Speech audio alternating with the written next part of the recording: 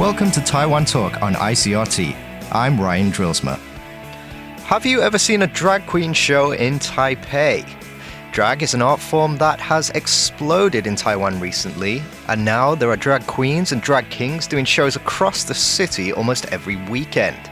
I'm speaking today with someone who's been doing it for a number of years, and he talks about the changes he's witnessed as the art form develops. Okay. So I'm here today with longtime friend and drag queen Elja Heights. Woo! Hi, everyone.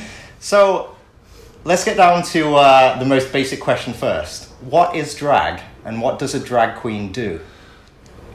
Drag is a performance art for people to express themselves however they want. Drag can be pretty much, you can do whatever you want to do. So it's kind of like whatever you imagine in your mind, you can create that in terms of looks and performance, and that's the thing I think that I love about it the most, is that it can be whatever you want it to be. To add on to that, it's also an expression of your inner femininity for me, or sort of like letting that part of myself come out. Yeah. Because in day-to-day life, like as a man, it's like, well, you can't do that, or you shouldn't do that, or if you do that, people are gonna look at you or like think you're weird or like whatever. But then when you're in drag, it's just kind of like you do it all, and you do it so extra and over the top, and then people appreciate it. It's like, oh, I really like that, you know? Yeah.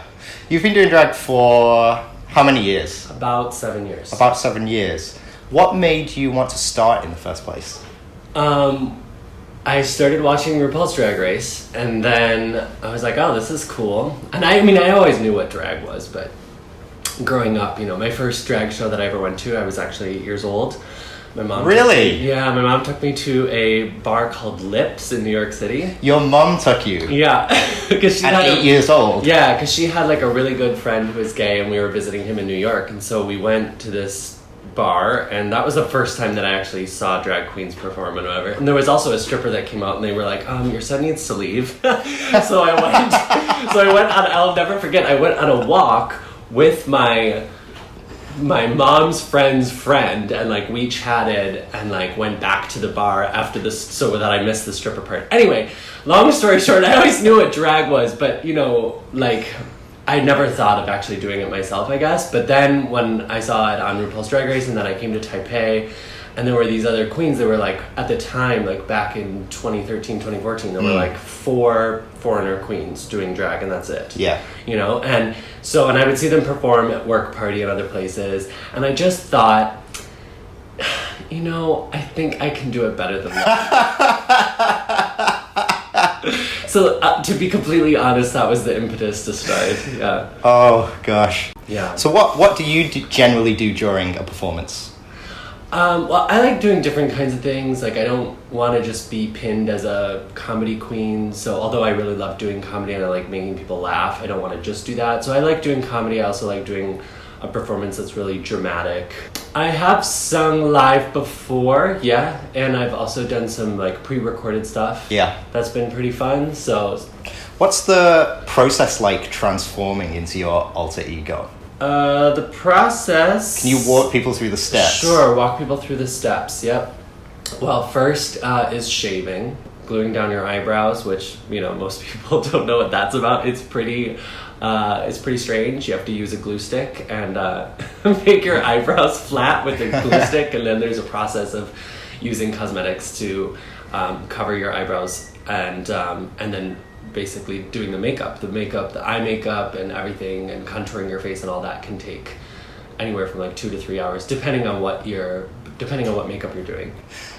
Who or what would you say are your biggest inspirations for doing drag? I mean, everybody knows I'm an obsessed Cher fan, and I'm a big fan of Erykah Badu as well. Yeah. And these two are sort of my biggest idols in terms of looks, and in terms of just sort of that unbelievably huge presence that I think you have to have as a drag queen too. It's just like that sort of stage presence and all that. Yeah. And so, I don't know, it's always been sort of a part of me, or in me. It's just like, it's really hard to describe, but it's like a part of yourself that when you get into drag, you bring that presence, and you bring that sort of energy. sort of just comes, right? And it's so natural. That's the other thing for drag queens. It's just like, this is, as gay men, like letting this part of ourselves come out and being that is just so natural to us. And that's why I think that so many people find drag queens so fascinating and so charismatic, is because it is so genuine, actually, and so real. Okay. Yeah. So you've been doing drag for quite a long time, actually. I mean, relatively speaking to other people in Taipei, I guess, but yeah. How do you feel the drag scene in Taiwan has changed over the years that you've been doing it? Yeah, it has changed a lot. I mean, a lot, and especially in the past couple years, it's become like, the word I would use is competitive. There's not that many slots to perform, and it's like, if you want to get a slot, you've got to be, good. So people are competing for performance slots. I feel like people are competing for performance slots. People are competing for attention. What do you think has caused this newfound recent interest in drag? Why is everyone doing it now? That is actually a really interesting question, because I don't know the answer. I think perhaps it's just, as the years go by, drag is like I feel like drag is just having a moment right now in Taiwan where it's just kind of like, it's new to people. Like, whereas if you're a Westerner, like, you grew up with it. It's always been in the culture. I mean, a lot of people used to just make fun of drag queens and whatever, and not really take drag queens seriously. And now it's sort of different, right? But in any case, in Taiwan, it's just like, it's just new and exciting and different, and what is this, and wow. And so I feel like it's just having a moment. Maybe in a few years people are going to get sick of it, and I think to a degree it's kind of interesting to watch the audience in Dalida change, and people are just kind of a little bit bored, or like, you need to do something different, or you can't just get up on stage, lip sync and shake your booty anymore. Like, it's got to be a little bit more than that. Like, at this point, it's like, you've got to be a little bit more creative, a little bit more thoughtful, a little bit more prepared than you did, I think, in 2015. So has that changed the way that you perform? I would say it has, yeah. Especially this year, I've had the thought, like, if I'm going to perform, like, I really want it to be excellent, and I'd rather do fewer performances that are really great than a lot of performances that are mediocre. Right. Do you think drag will still have a future in Taiwan? You kind of said you feel like it's having a moment right now. Do you think it's going to peak and then people will start to lose interest eventually? I think it's really hard to sort of predict that. Yeah. But what's really interesting to me is to see if drag can become more of a sort of mainstream thing, and this goes for Taiwan and the United States, and and elsewhere around the world, right? RuPaul's always said drag will never be mainstream because it is at its core this non-mainstream thing, this alternative, anti-mainstream thing.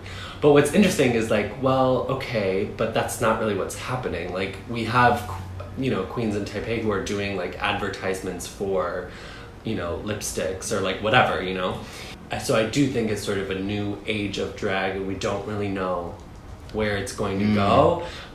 But yet at the same time, like, what we do will never really truly be mainstream. There are always going to be so many people that don't get it or are against it or whatever. Yeah. Right. Okay. Well, thank you for joining me today, Elja Heights. Absolutely. Thanks for having me. Thank you for tuning in to this week's episode of Taiwan Talk. I'll see you next time.